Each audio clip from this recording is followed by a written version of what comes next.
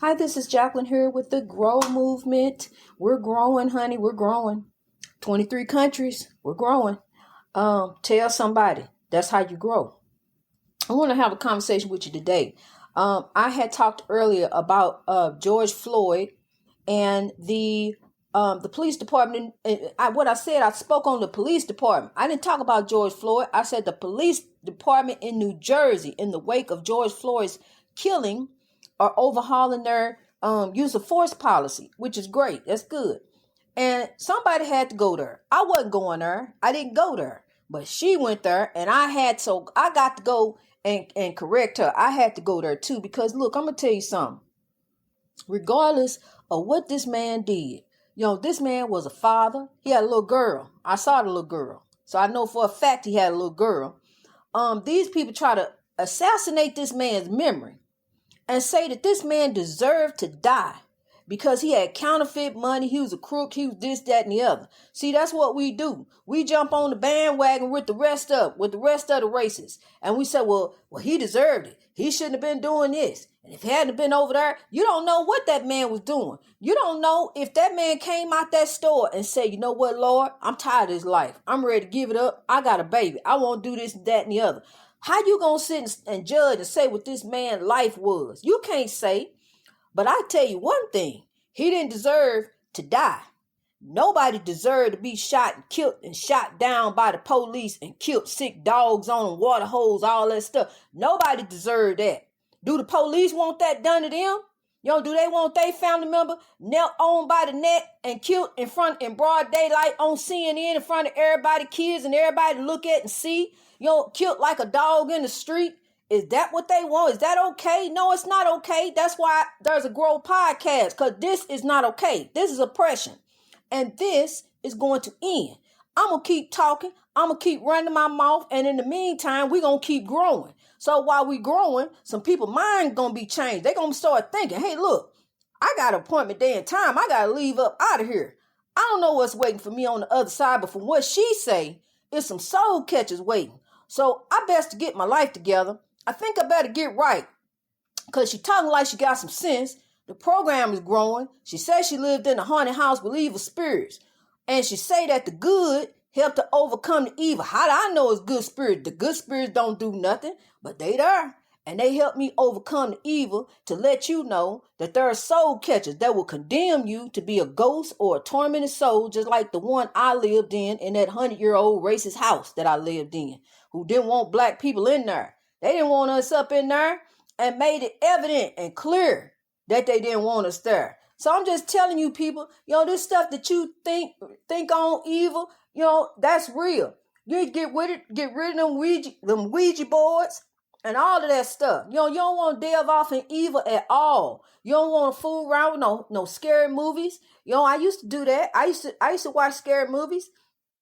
But I didn't know any better. But now you know better. You don't want to fool with that evil. Don't put that in your spirit. Don't even have that around you. I'm telling you right now, I ain't scared no more. See, because greater is he that is in me than he that is in the world. I used to be scared. I used to run out the house crying and screaming, but not no more. I walk in any dark house, any haunted house. I don't want to. I want to walk in the Lord. I want to walk in the light. So see, I ain't even finna sit here and practice with you and tell you where your family member said this, that, and the other. Because see, this is about God. This is about a journey towards being right. This is an African spiritual journey, but it's a spiritual journey for everybody.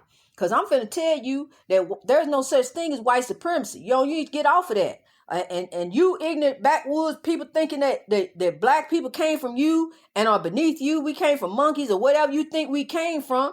It's not true. It's not real. I know the truth. I know everything. I know all of it. I know. I know what I need to know to tell you to get right, before you get over there. Because, see, you can call yourself a Christian. You can call yourself this, that, and the other. You can work in church all your life. You can be raised in church like I was. But if your heart ain't right, it don't matter. None of that counts. You don't get brownie points for none of that. If you done some wrong, you better get right.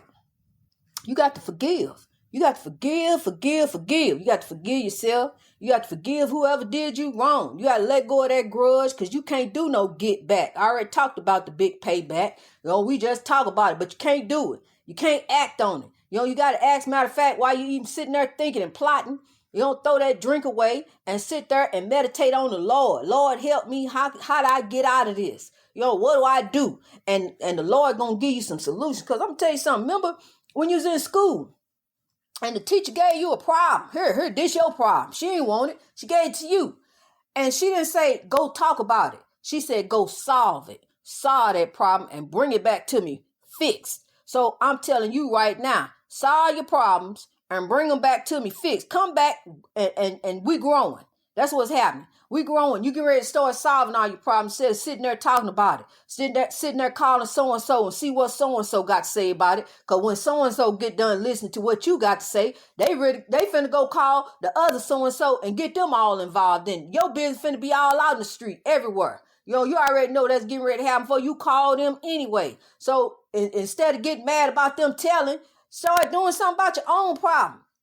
Stand up and start standing up for yourself. Worry about your own problem. Fix your problem. You ain't got to tell nobody about your problem. You keep them to yourself and let the Lord work it out. Because I'm going to tell you something. As long as you move you out the way, you got to get out the way. Move you completely out the way. And what I mean when I say that, don't make no moves. Just sit back and watch the Lord work. Don't do nothing. You'll say, well, I'm finna go do this. I'm going to call him and say that. I got this. No. Let the Lord work it out. Watch how God work it out.